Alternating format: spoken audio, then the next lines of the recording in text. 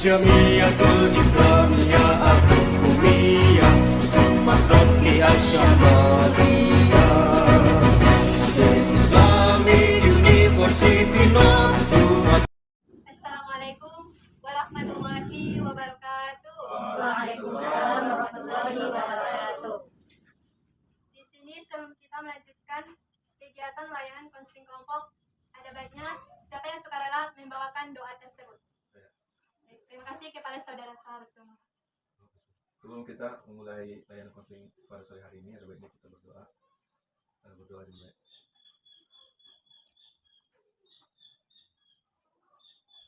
Berdoa selesai. Terima kasih kepada sahabat Sinamara. Selanjutnya saya akan menanyakan kepada saudara atau saudari, apakah kalian sudah pernah melaksanakan yang namanya layanan konseling kelompok? Belum pernah. Terima kasih kepada saudara atau saudari. Di sini saya akan melanjutkannya. Di dalam konseling kelompok itu kita akan membahas, sebelum kita melanjutkannya, ada kalanya kita perkenalan dulu. Siapa yang sukarela duluan memperkenalkan dirinya?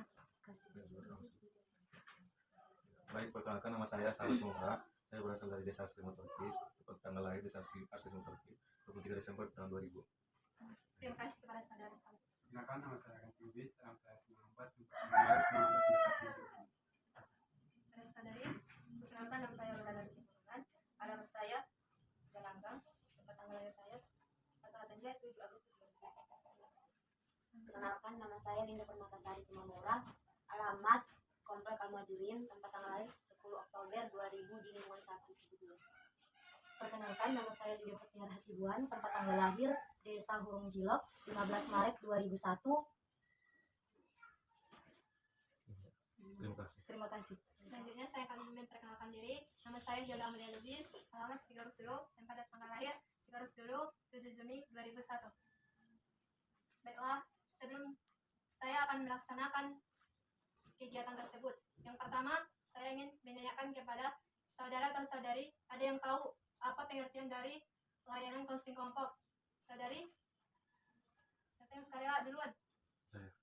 Terima kasih kepada saudara sahabat semua.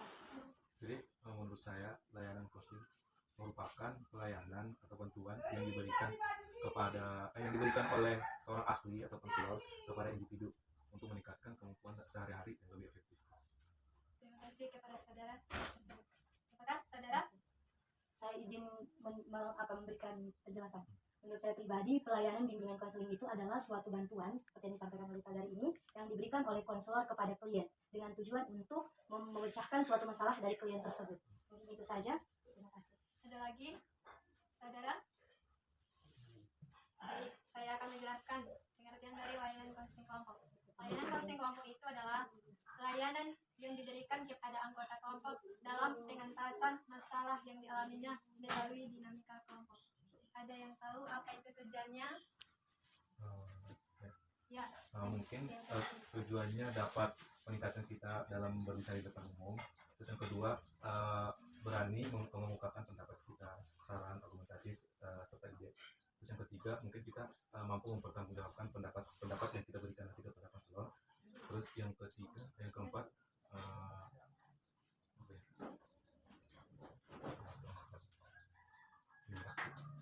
Terima kasih kepada saudara. Ada lagi? Baiklah, saya akan menjelaskan tujuan dari layanan konseling kelompok. Tujuannya itu adalah memberikan solusi kepada anggota kelompok masalah yang telah dihadapinya agar solusi itu bisa kita pecahkan tersebut. Di sini kita akan membahas tentang asas-asas layanan konseling kelompok. Asas-asasnya itu yaitu seperti keterbukaan, kesukarelaan, kenormatifan, dan kerahasiaan. Ada yang tahu apa itu Menurut saya pribadi, keterbukaan itu adalah klien harus menjelaskan secara terbuka atau secara keseluruhan permasalahan yang sedang dihadapinya. Jangan tertutup. Tujuannya agar konselor ini dapat memberikan solusi. Mungkin itu saja. Terima kasih kepada saudara. Saudara, baik, saya akan menjelaskannya. Keterbukaan itu adalah dia menjelaskan masalah yang telah dihadapinya. Tidak ada rahasia satupun yang ditutupinya. Yang kedua, asas kerahasiaan. Ada yang tahu asas kerahasiaan itu apa? Sebelum saya lanjutkan, ya, terima kasih kepada saudari. Menurut saya pribadi, asas kerahasiaan itu adalah asas yang harus diterapkan oleh seorang konselor, di mana dia tidak boleh membeberkan atau membocorkan rahasia dari kliennya. Misalkan contohnya, kliennya ini adalah orang yang sering berhalusinasi gitu. Jadi konselor ini memberikan solusi, dia tidak boleh membeberkan ke orang lain, karena nanti kliennya malu. Itu saja. Terima kasih kepada saudari Lili Hapniar. Saya sendiri akan menjelaskan kerahasiaan itu apa. Kerahasiaan itu adalah kita di sini tidak boleh membuka rahasia masalah yang telah dihadapi anggota yang di sini. Cuman kita saja yang tahu. Tidak boleh ada yang tahu di luar atau cuman kita saja. Ada yang tahu apa itu asas kenormatifan. Asas kenormatifan itu adalah asas yang memperhatikan ketika anggota kelompok mengatakan masalahnya, seperti seperti saudari masalahnya. Ketika dia berbicara, kita memperhatikannya, tidak ada yang bicara selain dia.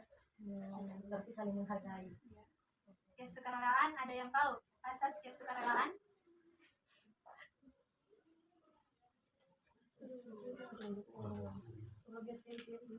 Baru gue jualan Saudari, sulang pegang. saudari, Tanpa ada paksaan dari siapapun untuk mengerjakan. terima kasih kepada saudari Rondana Rizky. Ada yang lain? Saya akan menjelaskan asas kesukarelawan.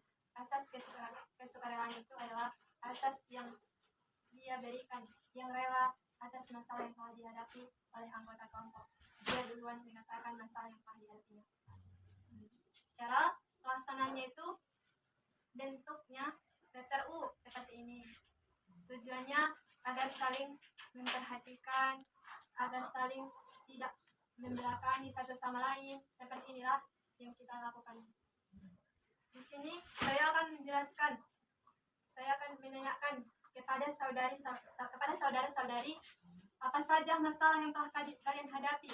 Siapa yang duluan sukarela menjelaskan masalah yang telah dihadapinya. Siapa yang sukarela? Ayo. Ya, lanjut. Jadi menurut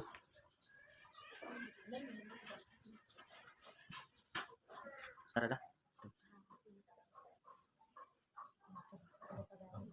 Kepada saudara sahabat, silakan. jadi saya memiliki permasalahan mengenai tugas yang diberikan oleh dosen kepada saya atau kepada mahasiswa peserta kuliah online.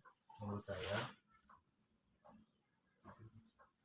saya tugas yang diberikan dosen kepada mahasiswa, terutama saya pribadi, menurut saya terlalu banyak.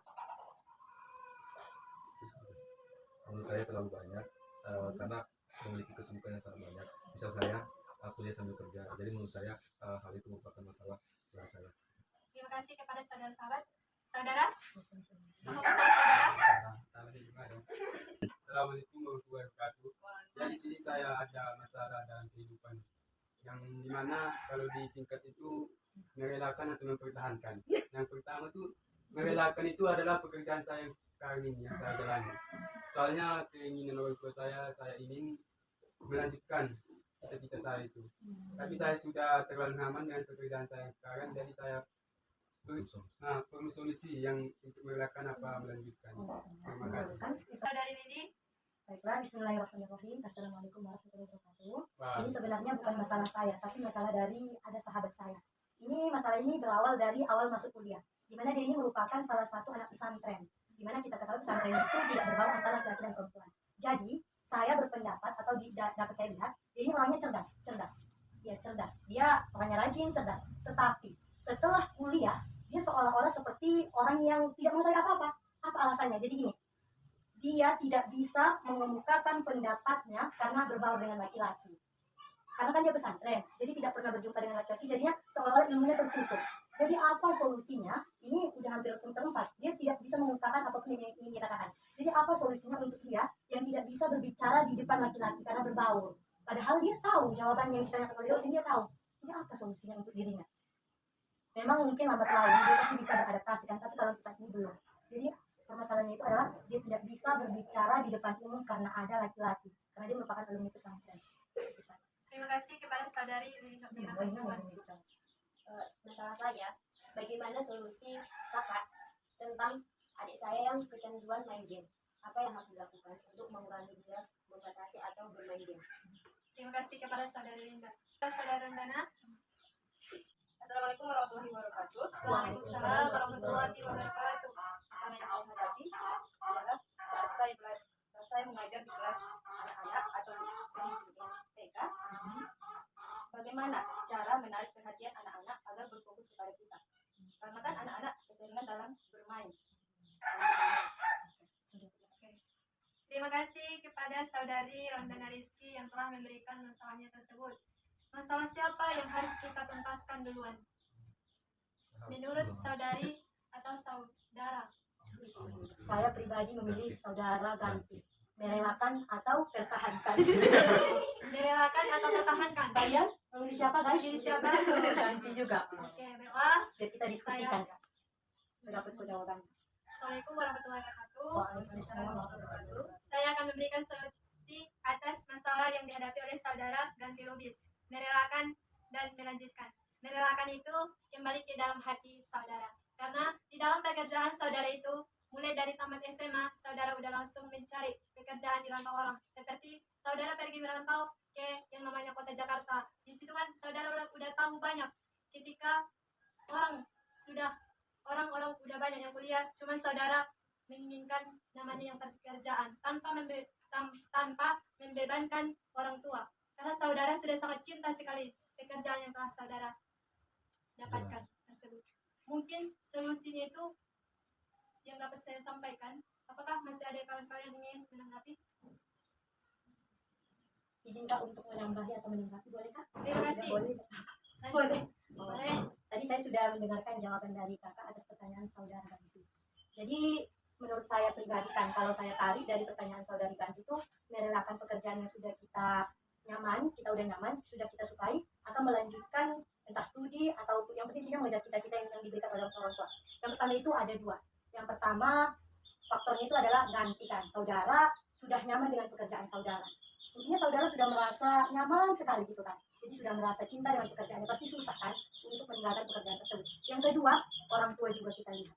Dimana mungkin orang tua mempunyai harapan yang lain atau memberikan atau ingin saudara melanjutkan entah kuliah ya kan atau pekerjaan yang lain. Jadi kalau menurut saya pribadi sih, saya juga tidak akan mengatakan saudara untuk meninggalkan pekerjaan, tidak. Dan juga saya tidak akan langsung menyebutkan saudara tetap di situ, tidak. Jadi ini pertanyaannya kembali ke hati saudara. Dimana kan saudara lebih tahu bagaimana jalan yang terbaik. Bagaimana jalan yang terbaik. Tapi kalau saya pribadi melawan orang tua juga tidak mungkin kan. Tapi karena saudara mungkin sudah nyaman dengan pekerjaan tersebut, jalani sajalah. Jalan saja pekerjaannya kalau sudah nyaman. Dan berikan kata-kata agar hati orang tua merasa damai dan mengikhlaskan saudara tetap bekerja di situ. Dalam artian bujuk orang tua, jelaskan, jangan didiamkan. Permasalahan itu diselesaikan, bukan lari, bukan didiamkan. Jelaskan ke orang tua, Mak, ya saya sudah nyaman dengan pekerjaan itu. Saya bukannya ingin menentang, tapi saya sudah nyaman gitu. Jadi harus membangun interaksi yang baik seperti yang sudah disampaikan saudara tadi. Ya saudara Ganti, mungkin itu saja yang dapat saya sampaikan. Terima kasih kepada saudari pilihannya. Baik. Kalau solusi dari saya, menurut saya lebih baik mengikuti apa kata hati. Jika sudah nyaman dengan pekerjaan, ya udah jalan aja. Kalau seumpamanya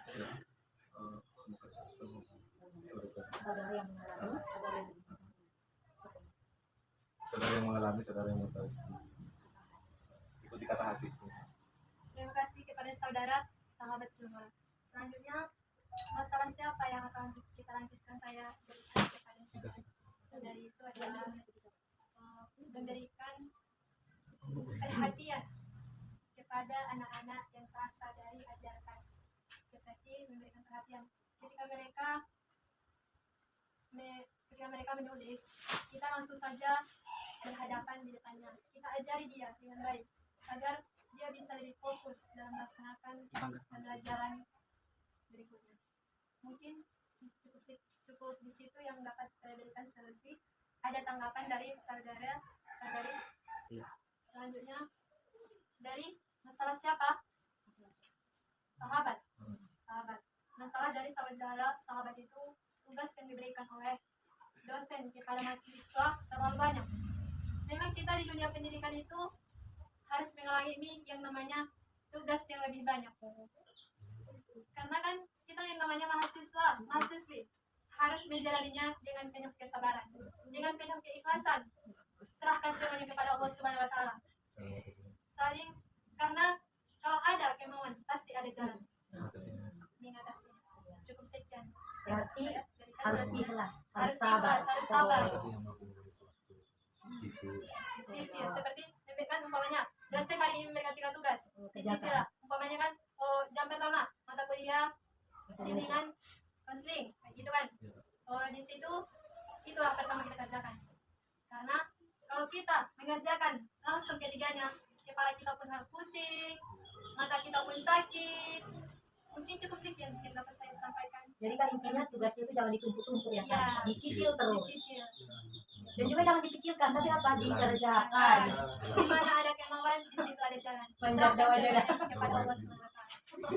Sekarang sebentar. Ini disuruh membatasi anak.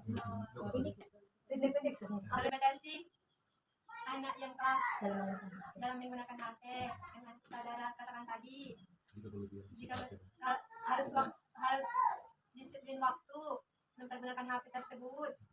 Itu saja. Selanjutnya solusi yang harus saya berikan kepada saudari dilihat niat yang tidak pede ketika berbicara. yang tidak pede ketika berbicara kepada laki-laki. Solusinya itu duduk. Assalamualaikum warahmatullahi wabarakatuh. Waalaikumsalam warahmatullahi wabarakatuh. Terakhir saya akan memberikan solusi atas masalah yang telah dihadapi oleh saudari dilihat niat Hasibuan. Di sini masalah saudari tidak bisa berbicara di hadapan laki-laki di dalam ruangan atau di dalam masyarakat di dalam ruangan. Solusinya itu ialah saya juga pernah mengalaminya ketika waktu di pesantren. Saya juga takut di hadapan laki-laki kita berbicara. Contohnya sebagai menghafal ayat di depan laki-laki yang banyak. Cuma saya ada kemauan. Saya juga suka bersosialisasi di dalam masyarakat. Disitulah saya meningkat terus bahwa saya ingin mengetahui banyak hal-hal yang saya tidak tahu. Seperti saat ini ketika kita sudah menjadi seorang mahasiswa, kita harus lebih berani di hadapan orang banyak berbicara. Ketika menjelaskan, ketika mempunyai PR, disitulah saya ada kemauan saya. Karena saya ingin tahu bagaimana caranya belajar, bagaimana caranya untuk menjelaskan apa yang saya ketahui di dalam hati saya. Karena saya ingin terbuka, saya tidak mau tertutup. Karena saya sudah pernah mengalaminya. Mungkin cukup sekianlah yang dapat saya sampaikan. Kurang kencangnya saya mohon maaf, dan kepada Allah saya minta ampun. Terima kasih atas jawabannya. Semoga jawaban kakak dapat menjadi solusi bagi kami. Amin ya rabbal alamin. Sebelum saya menutup kegiatan layanan konseling ini, ada baiknya kita berdoa. Alhamdulillahirrahmanirrahim. Assalamualaikum warahmatullahi wabarakatuh. Waalaikumsalam warahmatullahi wabarakatuh.